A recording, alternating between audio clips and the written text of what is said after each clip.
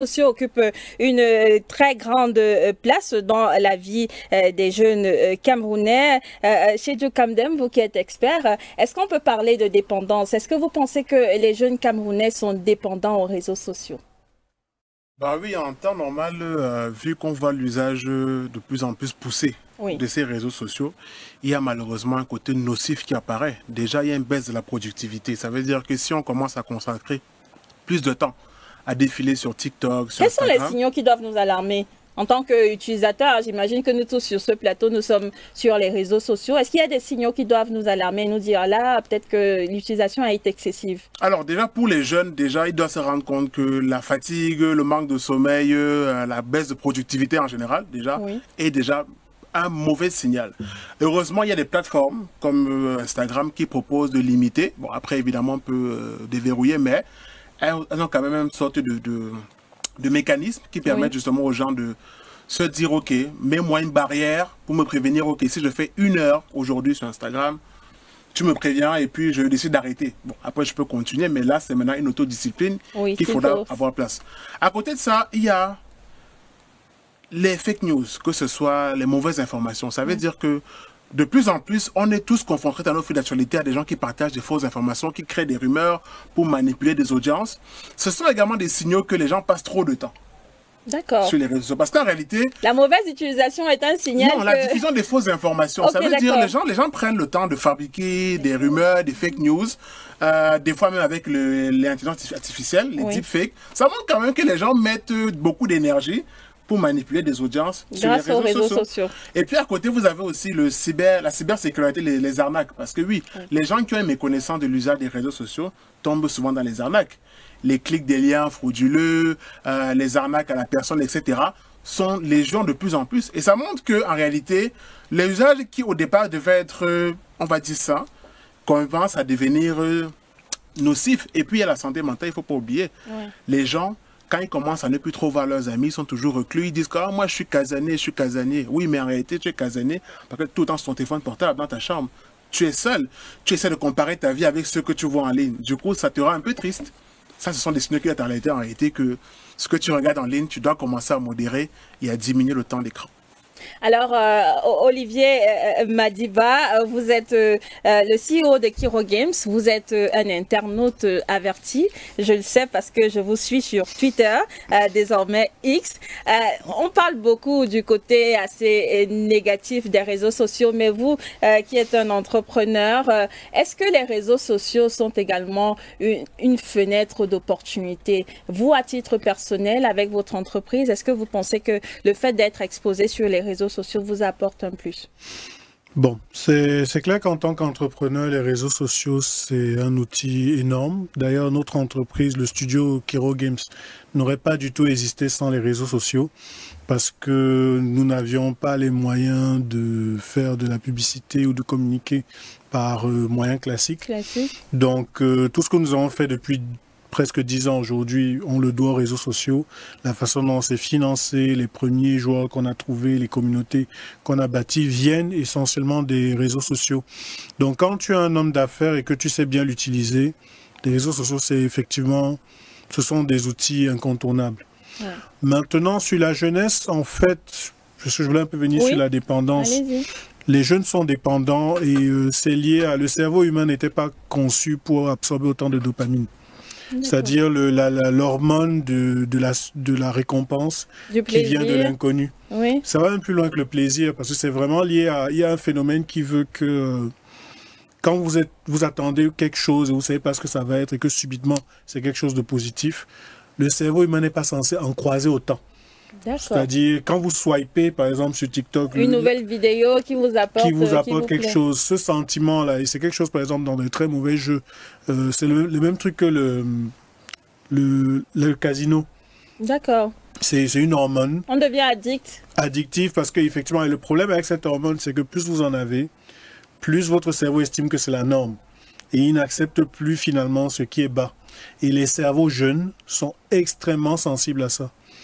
Donc voilà en fait, et au Cameroun en particulier, ça se mélange à tellement d'autres phénomènes. Oui. Parce que Chedjou parlait de productivité, mais ça ramène à la question de est-ce que nous avons bâti une culture où les jeunes comprennent qu'il faut être productif?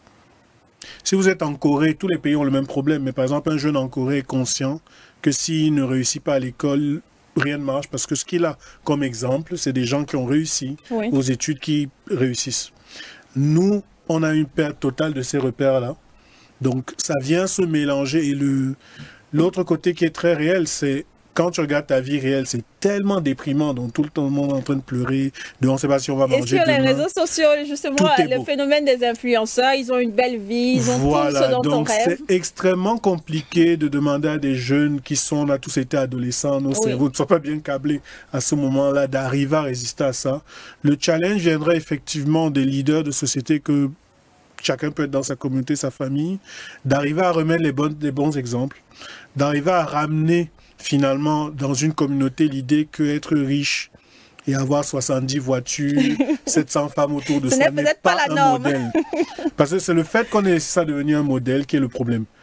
Et si on ramène pas les gens à comprendre que non, finalement, avoir sa petite maison dignement, sans vivre d'un endroit, on n'a peut-être pas tous les Mercedes, mais on a des bus qui sont comme les Mercedes parce que tout le monde fait sa part, c'est la clé.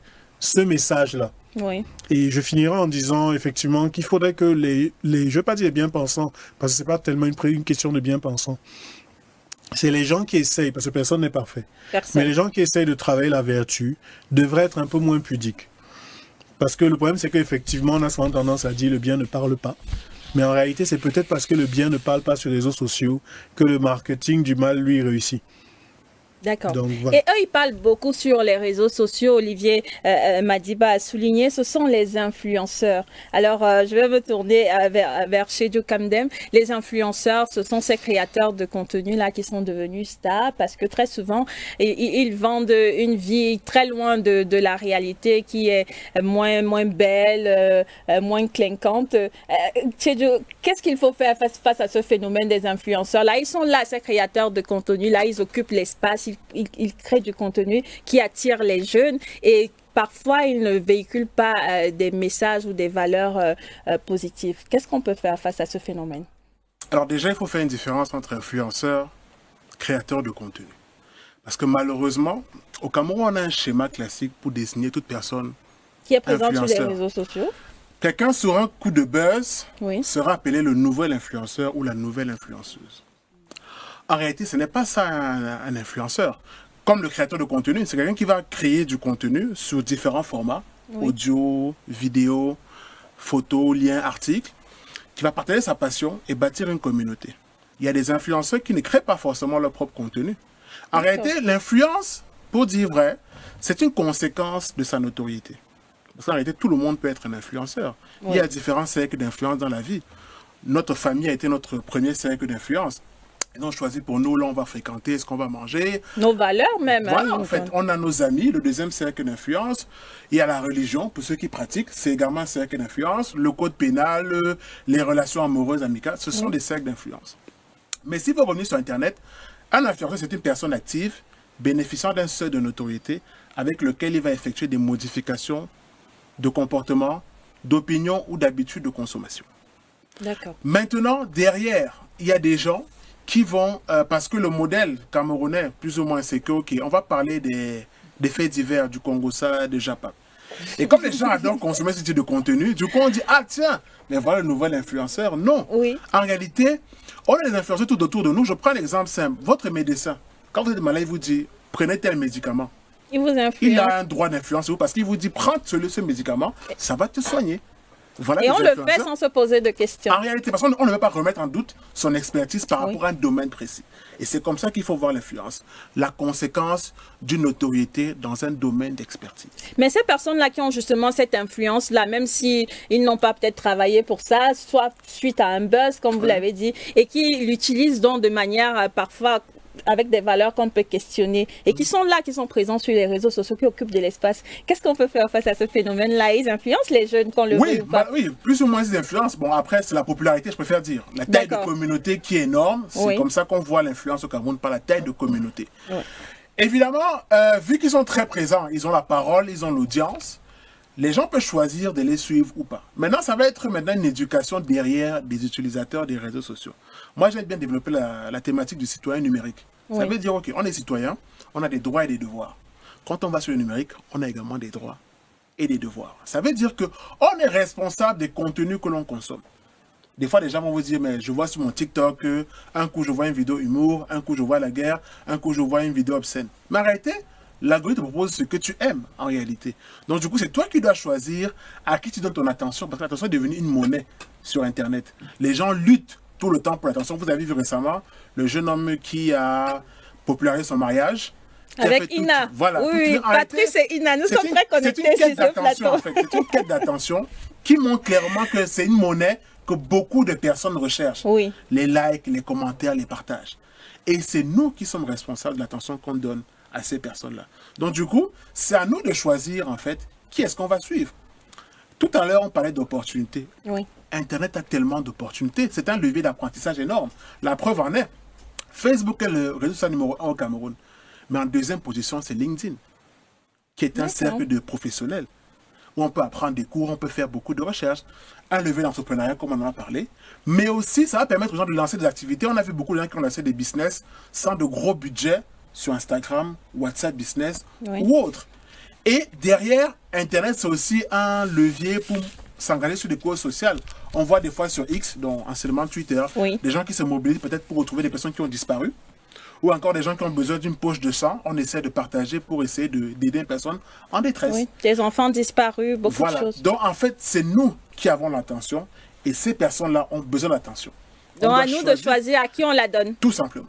Voilà, soyons tous responsables sur Internet. Alors, Merveille Abodo, je rappelle que vous êtes activiste pour l'épanouissement des jeunes. Nous avons tantôt parlé de ces influenceurs-là et des jeunes même. Le reportage de Tatiana Ntende était assez édifiant.